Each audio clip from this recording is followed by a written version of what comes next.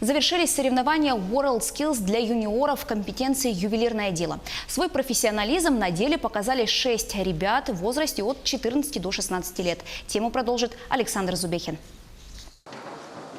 Каждый участник получает вот такую заготовку из латуни. Из нее за 8 часов должны изготовить изделие круглой формы с рисунком в точном соответствии с чертежами, указанным в задании.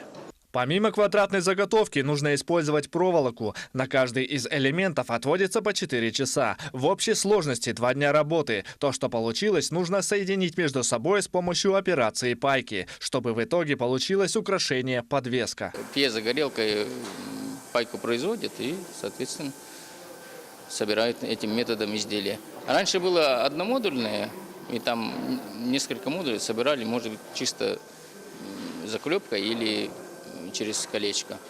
А сейчас твердая пайка. Алексею ювелирное дело нравится. В качестве примера старший брат, который уже опытный специалист. Именно поэтому юный мастер занялся этим сложным видом ремесла. Мой любимый инструмент – это паяльник. Мне нравится, потому что я как бы занимаюсь кузнечным делом, и я там с помощью огня кую ножи, поэтому я более причастен к огню.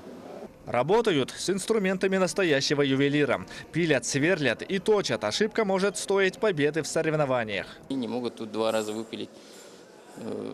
Второго варианта нету. Есть один вариант, да, только один раз сделал и все. Если неправильно сделал, то только переплавка и изготовление такой же пластины. Может заново, если успеет, да, за 4 часа.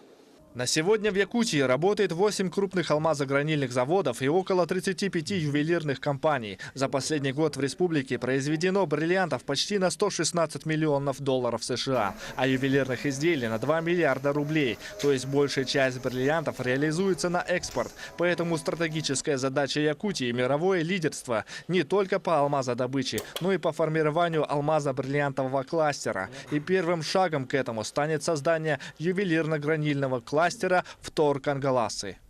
Александр Зубехин, Илья Сыромятников, Якутск.